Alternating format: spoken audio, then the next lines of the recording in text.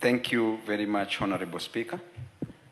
I rise to support the bill by Honorable Jane Jerry, a very well thought of bill, Honorable Speaker, a bill that is preserving the dignity of Kenyans, not only inherently, but also the inalienable dignity of Kenyans, of a right to access health services as enshrined in the Constitution in Article 43, Subarticle 1, Paragraph A, that every person has a right to access to healthcare services. And in addition to that, Article 43, Subarticle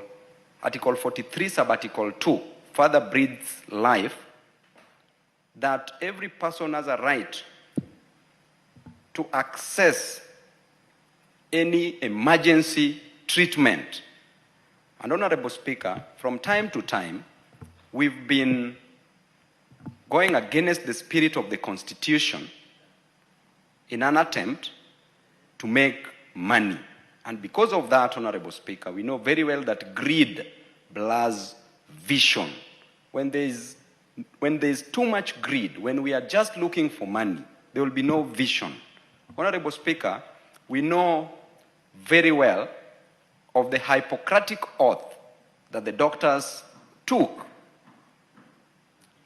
which is named clearly after the physician, the Greek physician called Hippocrates. And it is clear the person is the father of medicine. It is clear, Honorable Speaker, that the oath states that, number one, you should not do harm. Do no harm. Mean no harm. Number two, that you should treat the patients according to the best of your ability as a medic. And number three, that you owe a duty of care to the patients that come to these medical facilities.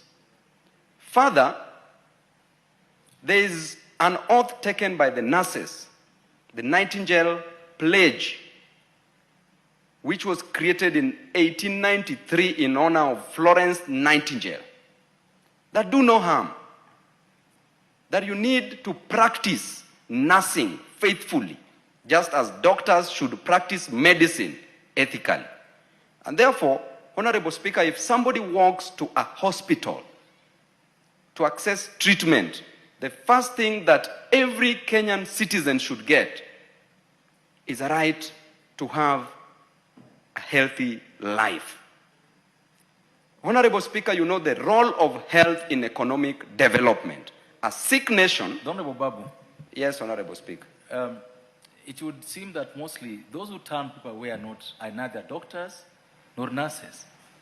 There are these people called hospital administrators. Where do you put them? Because I'm coming there, Honorable Speaker. Most of these people who own these hospitals are doctors. And therefore, they are within that same bracket. And you see, to the administrators, the moment they are giving these instructions, they are given from the bosses. Now, most of the people that we employ as CEOs of these public hospitals are also doctors. And Honorable Speaker, you even go to Mama Lucy, which is just here. You will find that some of the medics are the ones who might be pushing the patients away, and that I've seen from time to time. And I also understand them, that they're also frustrated because of lack of payment. They are not paid on time, and they are not paid well. I also understand their frustrations. But the most important thing is to preserve life. And just to divert a little bit, General Patton in the United States of America said that when you fight for your country, you do not need to die for your country. But as you fight for your country, and I will quote verbatim, seriatim, as you fight for your country, you let the other bastard die for his country, because the moment you die for your country and you win, then how will you enjoy the spoils of war?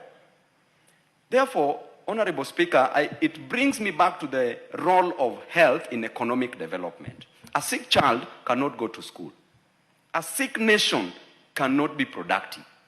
And that clearly tells you, Honorable Speaker, that the first most important thing to do is to ensure that healthcare is affordable.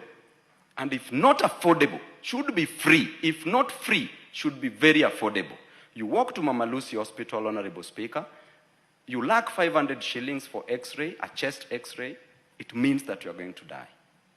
At the same time, Honorable Speaker, you lack 2,500 shillings for high-level x-ray again, you don't get medication. Then it means that we are losing thousands of Kenyan citizens who deserve to grow this nation. Now, the worst comes in, Honorable Speaker, that you have been admitted. You've sold everything. You are from the village, you are from the slums, you are even from a well-off family. You've spent all your earthly belongings in a hospital. Then eventually you lose your patient. Then the rubber meets the road. You lose the patient, you've lost everything. Then you are told that you can't take a dead body from the hospital just to go and bury. At that point, Honorable Speaker, you are mourning. Somebody has passed on. You are mourning. Then the hospital insists that we have to get hold, we have to detain the body. Honorable Speaker, in a High Court case of one Mary Nyagero versus Karen Hospital, 2016, the late Justice Majanja, in his own wisdom, may his soul rest in peace, stated clearly that there is no property in a dead body, that you cannot sell a dead body. There is no economic value in a dead body. And therefore, detaining a dead body further adds grief to the families. Honorable Speaker, for those who are staying in Nairobi, and the Honorable KJ will tell you that transporting a dead body from Nairobi, Honorable Speaker, hiring a car, first of all, clearing hospital bills, you don't have the money, then making the arrangements to hire the car, to get a hearse or a matatu, to transport a body to the village, to burial. Honorable Speaker, it's like you are burying two people at the same time.